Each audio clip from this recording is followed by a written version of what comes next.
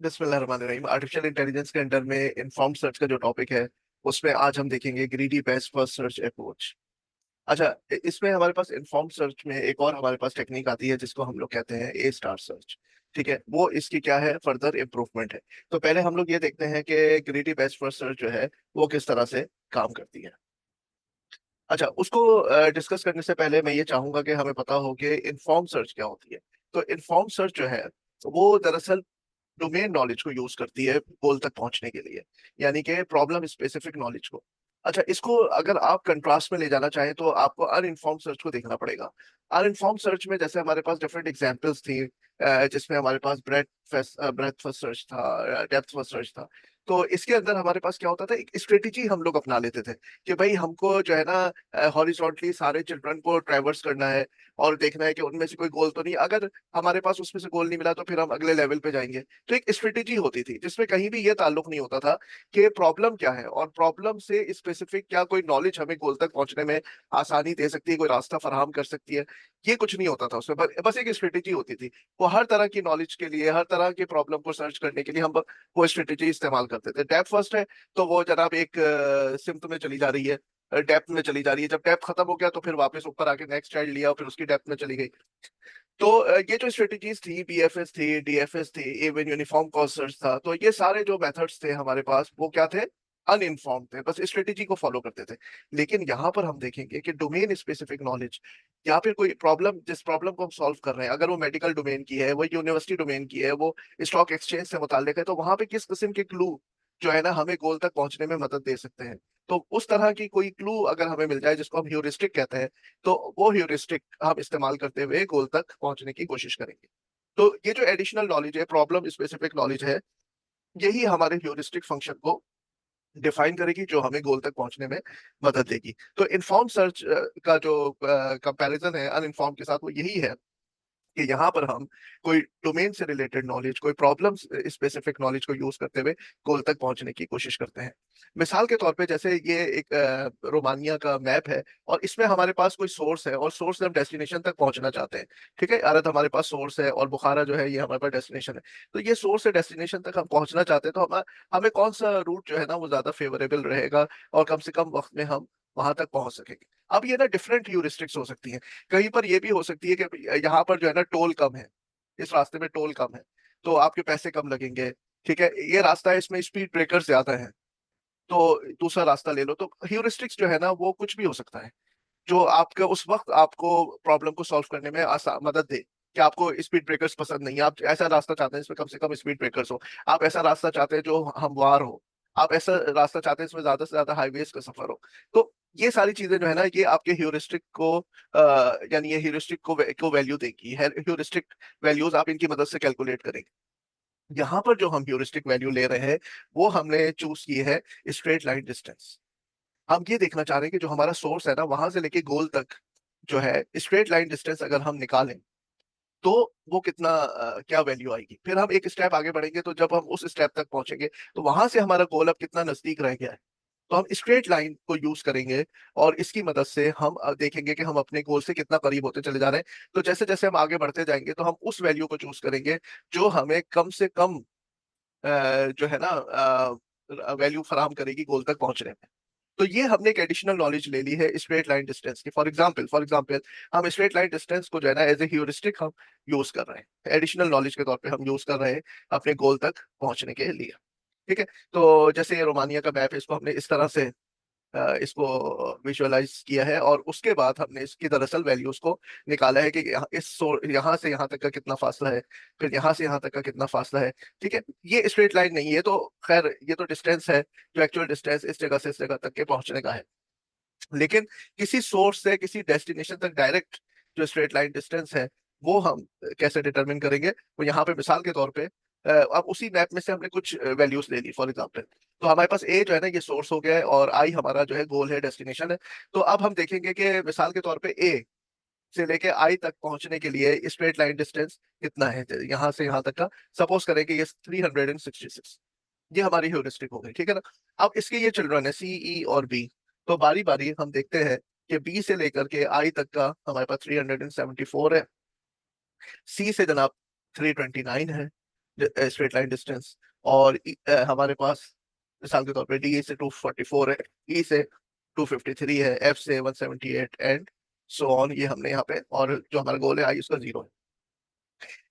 तो ये जो है ना स्ट्रेट लाइन डिस्टेंसेस हमने यहाँ पर एज ए ह्यूरिस्टिक यूज करके हमने स्टोर करनी है इस टेबल में। तो जो ग्रीडी बेस्ट फर्स्ट सर्च है ना, वो जैसे जैसे आगे बढ़ेगा, ठीक है, तो वो ये देखता जाएगा कि अगर मुख्तलिफ नोड्स है तो वहां पे हमारा उस नोड से गोल तक पहुंचने का कौन सा जो है ना चाइल्ड हमको कम से कम वैल्यू दे रहा है ह्यूरिस्टिक की, उस नोड को वो चूज करे जो हमें कम से कम ह्यूरिस्टिक वैल्यू दे रहा होगा।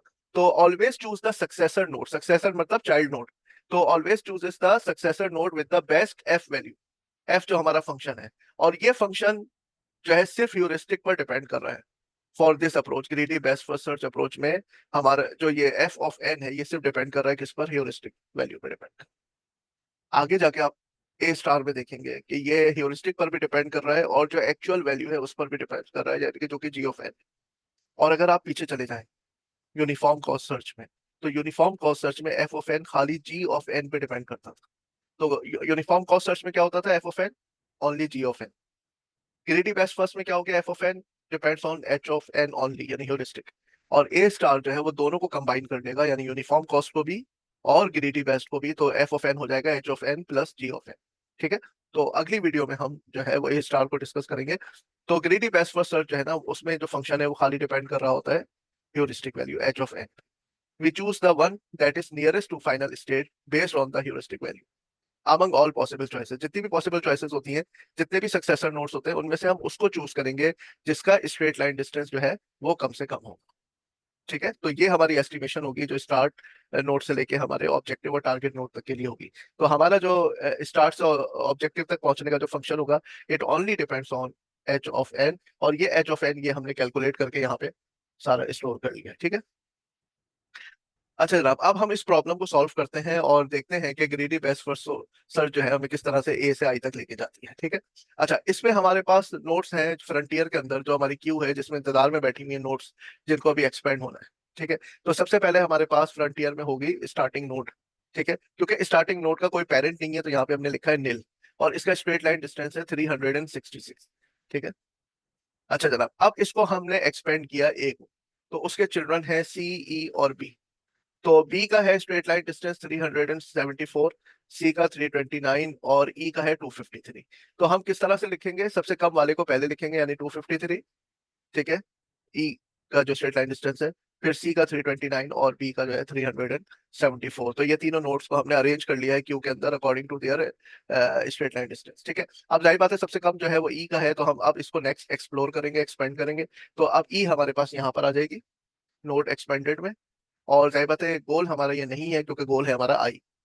ठीक है, अब ई जो है वो ए का चाइल्ड है, तो ई के जो चिल्ड्रन है वो हमारे पास है जी और एफ, और जी का है 193, एफ का है 178, तो एफ पहले आ जाएगा 178, और ये उसका पेरेंट है ई जी, 193 इसका पेरेंट है ई। और दो हमारे पास पहले से यहाँ पे रखी हुई है नोट्स इंतजार में एक्सप्लोर होने के लिए, 329 और 374। अब हम एफ को लेंगे which is also not our goal, और एफ का जो चाइल्ड है वो ओनली आई है।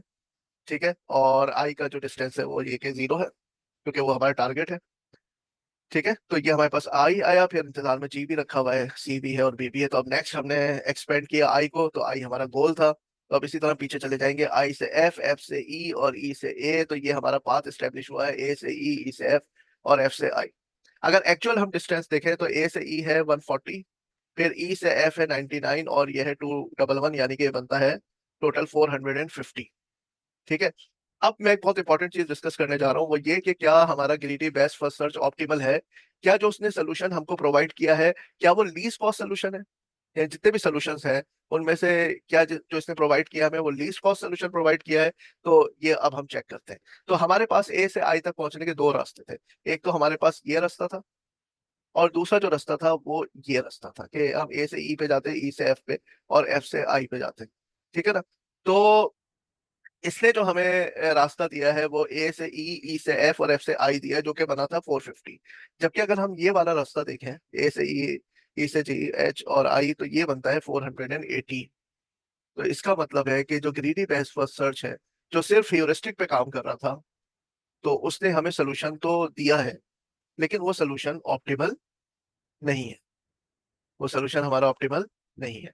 तो इसका मतलब है ग्रीडी बेस्ट फर्स्ट सर्च जो है वो ऑप्टिमैलिटी को सपोर्ट नहीं कर रही। अब हम इसका सेकंड पॉइंट देखते हैं, क्या ग्रीडी बेस्ट फर्स्ट सर्च जो है वो कंप्लीट है?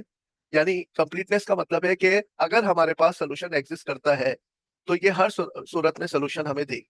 यानी अगर सोर्स से गोल तक का रास्ता एग्जिस्ट करता है हमारे पास, तो हर सूरत में ये ये अप्रोच जो है हमको वो सोल्यूशन प्रोवाइड करेगी। तो आप देखते हैं इसका आंसर यस है कि नो है।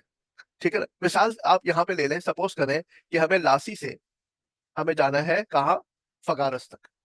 ये रहा, लासी से फगारस तक हमें जाना है। ठीक है, अब इसके हम लासी के चिल्ड्रन को एक्सप्लोर करते हैं। तो उसमें एक ये है नीमत, या नेमत कह लें आप इसको, और वसलुई। ठीक है, अब नेमत का जो डिस्टेंस है वो है 87 और इसका है 92। तो लासी से जब हम चिल्ड्रन को एक्सप्लोर करना शुरू करेंगे तो हमारे पास ये डिस्टेंस, सपोज करें इसका स्ट्रेट लाइन कम आता है ना, इसका स्ट्रेट लाइन डिस्टेंस जो है ना हमारे पास कम आता है, तो हम इसको ले लेते हैं पहले। तो जब इसको लेंगे और इसका हम इसके साथ स्ट्रेट लाइन डिस्टेंस देखेंगे, तो सपोज करें ये कम आता है, तो ये चाइल्ड इसको, ये लासी नेमत को एक्सप्लोर करेगा और नेमत जो है फिर लासी को एक्सप्लोर करेगी। तो ये जो है ना ये आपस में ही घूमते रहेंगे और हम लोग जो है किसी सूरत में भी अपना जो हमारा टारगेट है फकारस वहां तक पहुंचने में नाकाम रहेंगे। इसको मैं और आपको इसी तरह से समझा देता हूँ, जो हमने प्रॉब्लम ली थी उसके हिसाब से समझा देता हूँ। कि सपोज करें कि हम यहाँ पर हमारे पास सी जो है ये है, सपोज करें 250 और मेरे पास जो है बाकी जो चाइल्ड है, यानी ई के 253 है और बी जो है वो 374 है। तो इन तीनों में, यानी कि बी में, सी में और ई में सबसे कम निकलता है मिसाल के तौर पे मेरे पास सी। ठीक है, तो मैं चला जाता हूँ सी के रास्ते में। सी का जब मैं चाइल्ड एक्सप्लोर करता हूँ वो है डी, और जब फिर मैं डी का चाइल्ड एक्सप्लोर करूंगा तो सपोज करें वो मुझे सी देता है। तो ये क्योंकि स्ट्रेटेजी खाली एच ऑफ एन पर डिपेंड करती है, तो सी का चाइल्ड डी निकलेगा, डी का चाइल्ड जो है वो हमारे पास सी निकलेगा। इस तरह हम इन पे आपस में जो है ना घूमते रहेंगे। तो सूरत हाल आप देखें ये हो जाएगी कि मैंने पहले ए को लिया, ए के चिल्ड्रन में मेरे पास आया सी, ई और बी, जिसमें से सपोज करें सी कम था उसका स्ट्रेट लाइन डिस्टेंस। मैंने सी को एक्सप्लोर किया। ठीक है, सी को मैंने एक्सपेंड किया और सी को जब मैंने एक्सपेंड किया तो उसका चाइल्ड निकला डी, और वो बाकियों से कम था। तो डी जो है ना वो टॉप ऑफ द लिस्ट पर आ गया फ्रंटियर में। फिर मैंने डी को लिया which is the child of C. ठीक है, और जनाब डी निकला, सपोज करें मेरे पास, डी को जब मैंने एक्सपेंड किया तो सी जो है उसका स्ट्रेट लाइन डिस्टेंस निकला मेरे पास 250। ठीक है, सी का 250 था ना, और डी का था 244।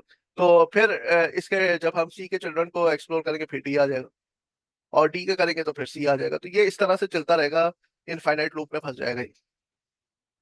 सी जो है वो डी को लेके आएगा, फिर डी सी को लेकर के आएगा। तो ये इसी तरह से चलता रहेगा सिलसिला, और इनफाइनाइट लूप में हम फंस जाएंगे।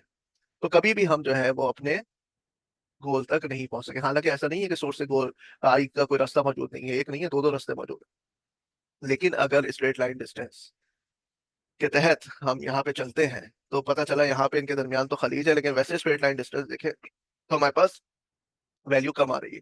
ठीक है, तो हम इस रास्ते पे चले गए और ये रास्ता जो है डेड एंड है। तो ये जनाब ग्रीडी बेस्ट फर्स्ट सर्च जो है वो कंप्लीट भी नहीं है। तो ग्रीडी बेस्ट फर्स्ट सर्च के बारे में हमने दोनों प्रॉपर्टीज को एक्सप्लोर कर लिया है, ऑप्टिमैलिटी को भी। ठीक है, कि ये हमें क्या लीस्ट कॉस्ट सोल्यूशन देगी, तो ये भी गारंटीड नहीं है।